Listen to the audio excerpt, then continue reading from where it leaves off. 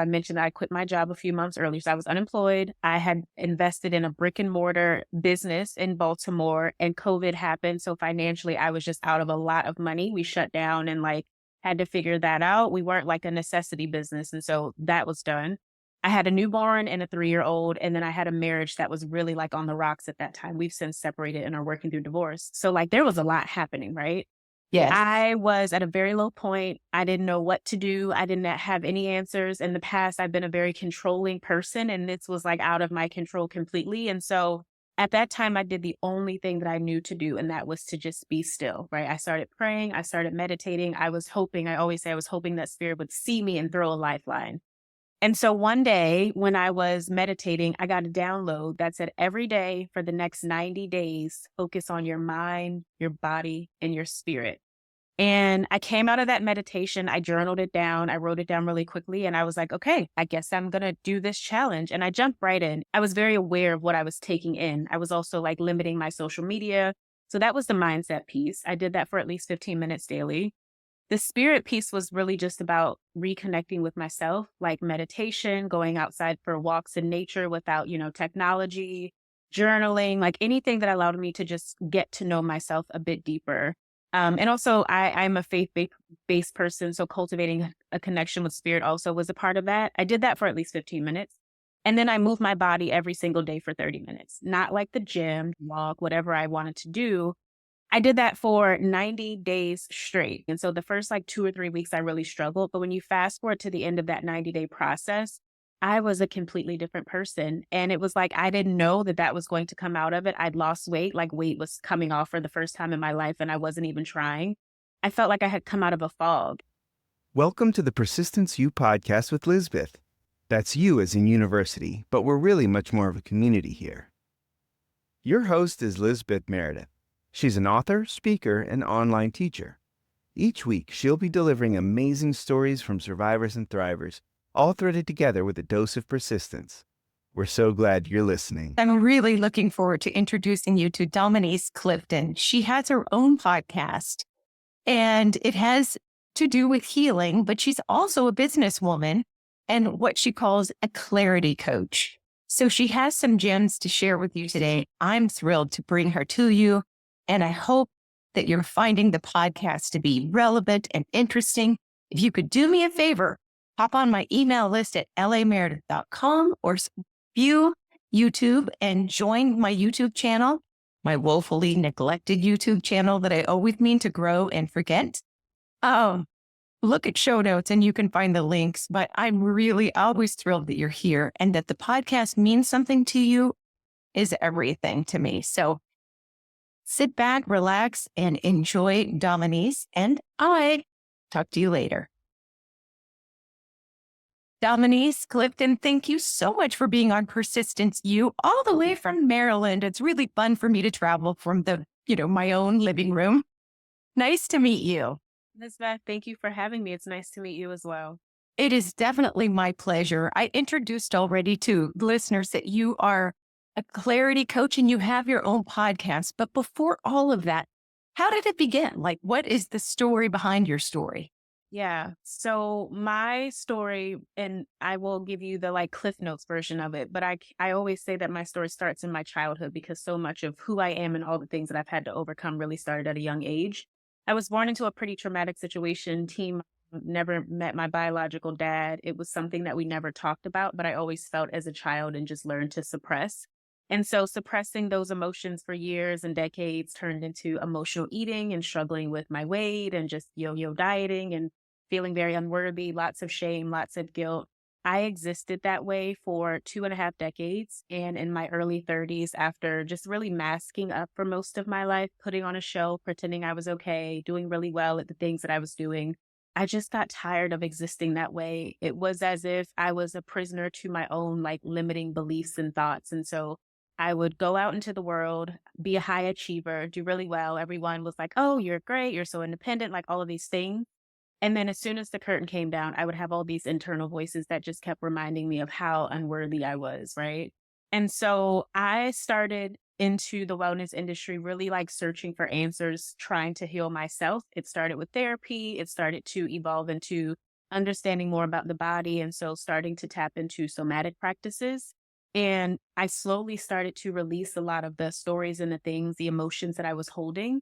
As those things began to fall away, I started to get to know and understand myself and my purpose more, which is what really got me on the path that I'm on today. I stumbled into entrepreneurship out of necessity. I quit my job in December of 2019, and then 3 months later, COVID happened. And so it wasn't a great time to like jump off the edge of the cliff and walk away from a full time stable career. But I did it, right? And I found myself at a space of needing to support my family and like, I got to do something. And so I jumped into coaching.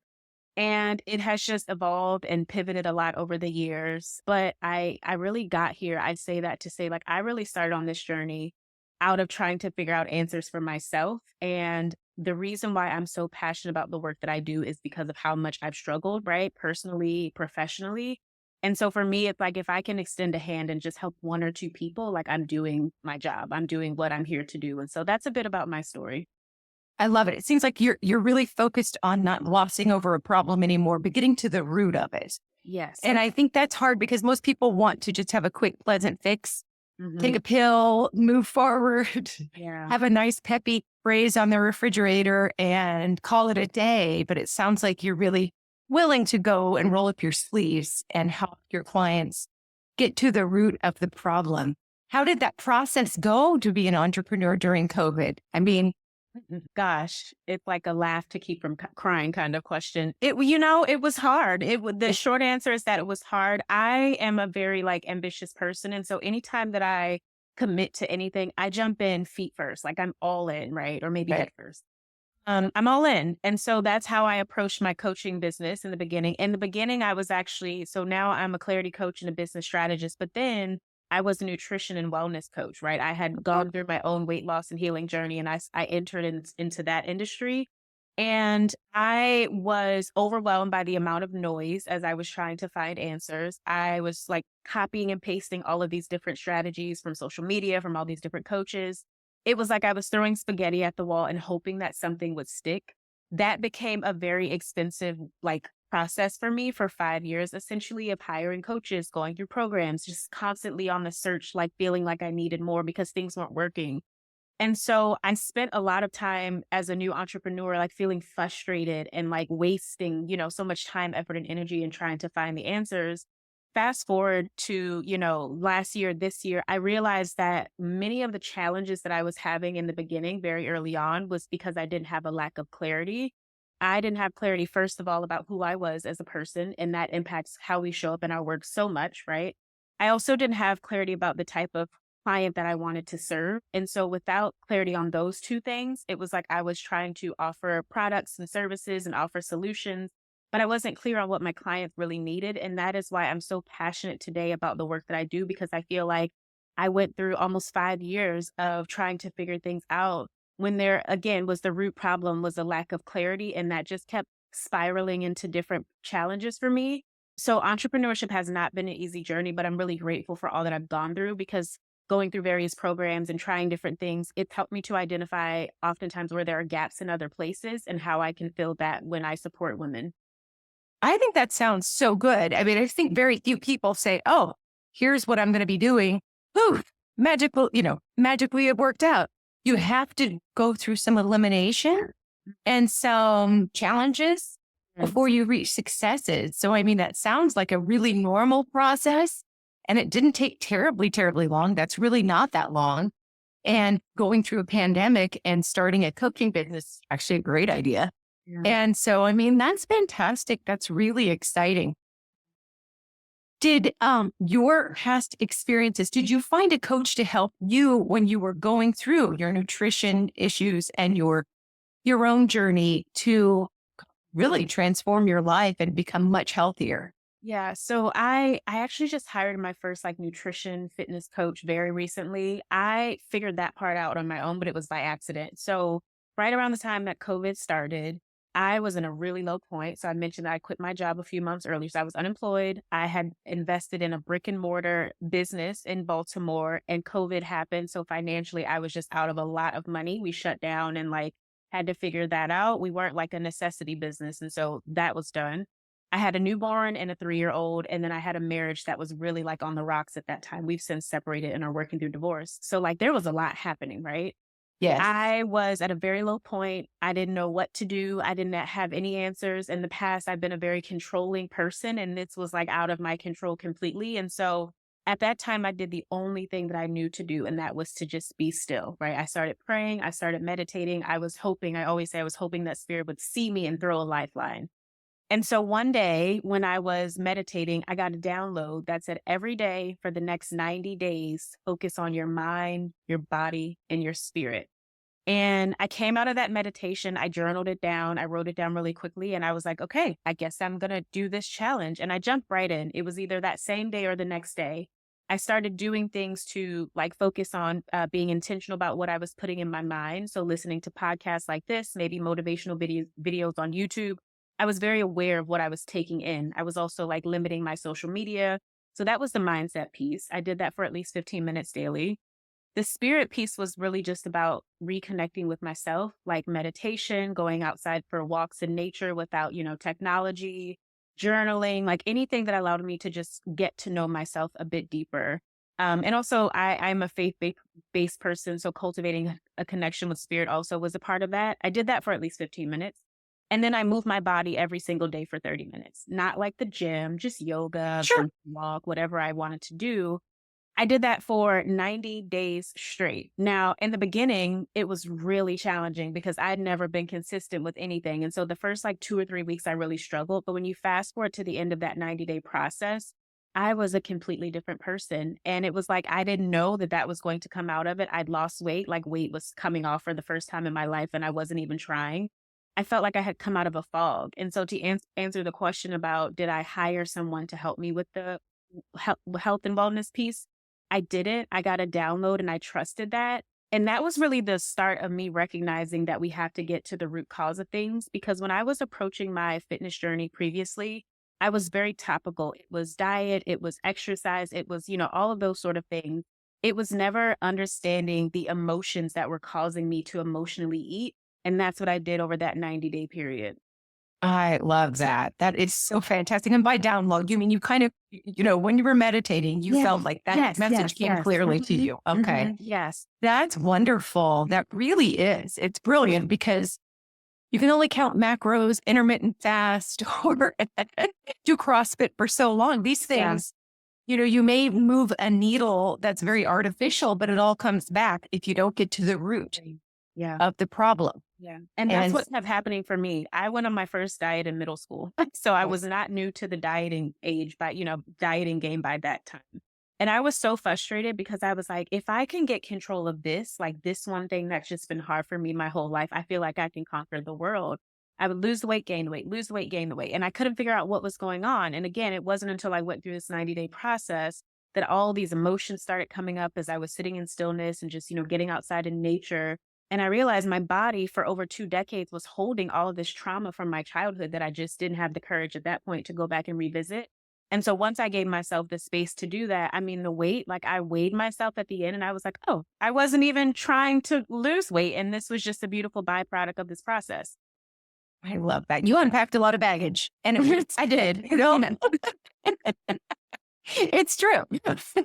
Yeah. It's interesting because I used to work in juvenile probation and we became trainers for for our staff statewide in Alaska on the Adverse Childhood Experiences study and, trauma-informed care. But, that all began with an obesity component many, many years ago when there was an issue of like, wait a minute, why are people getting to a point where they'll lose weight and then suddenly self-sabotaging and gaining it all back, even though they had the supports? And it really got to a deeper level of trauma and what happened to them that had to be addressed for there to be lasting health changes. Yeah.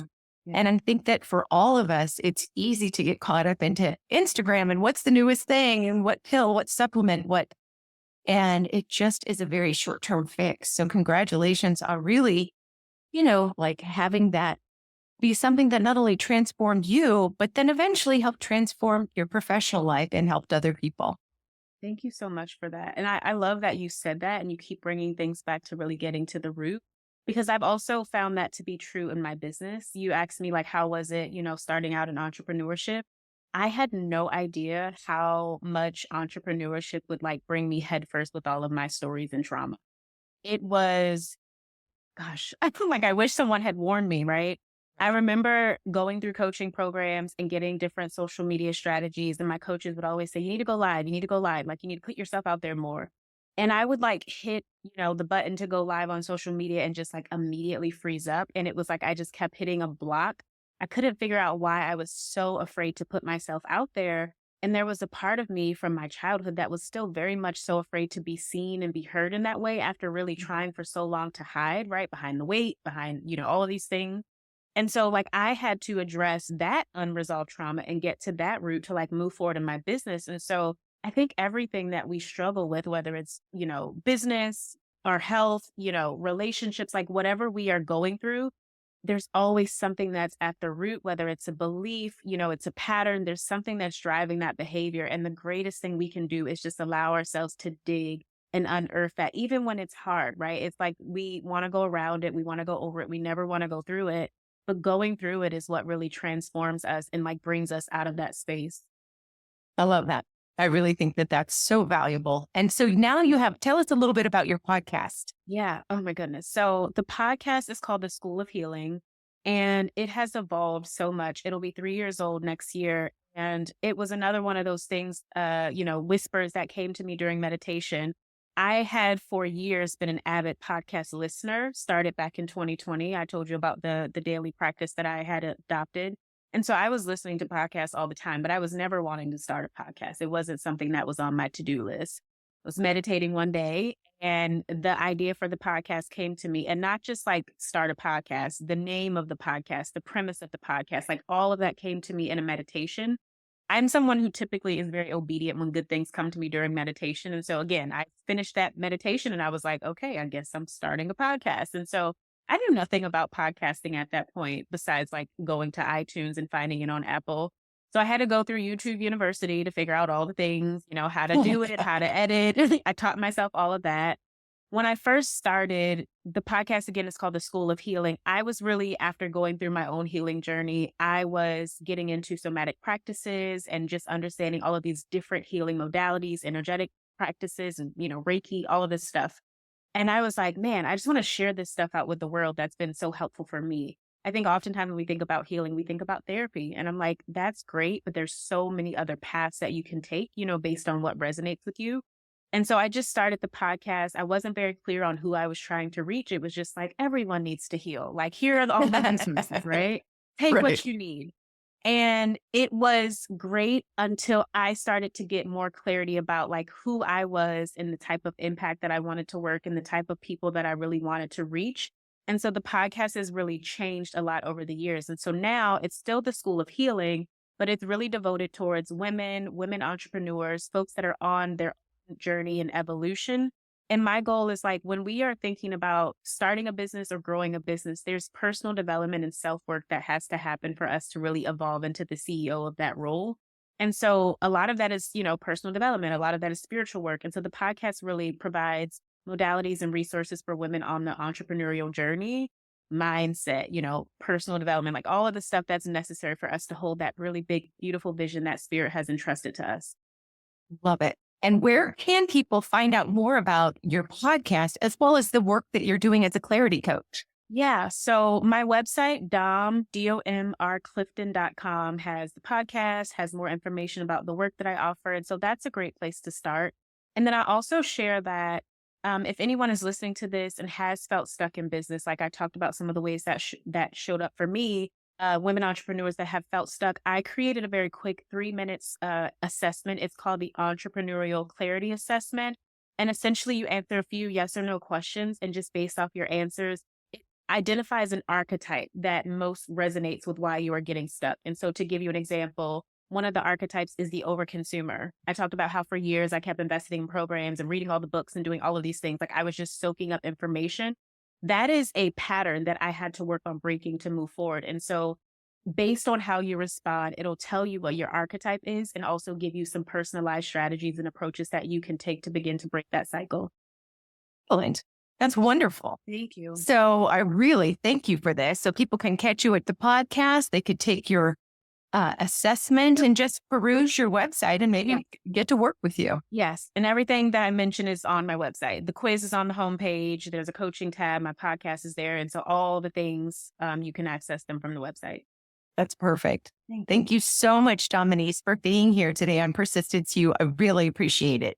Lizbeth, thank you so much for having me and for such beautiful conversations. I really enjoyed chatting with you. Oh, I enjoyed it too. Hey, thank you. We hope you've enjoyed this week's show. Thank you so much for listening. Now, to find out more, head on over to lameredith.com and be sure to hop on the mailing list too. If you've enjoyed this show, please leave a rating and review or share with a friend. And if you really, really liked it, go ahead and subscribe so that you never miss another episode. We'll be back in 2 weeks with another episode of Persistence You with Lizbeth.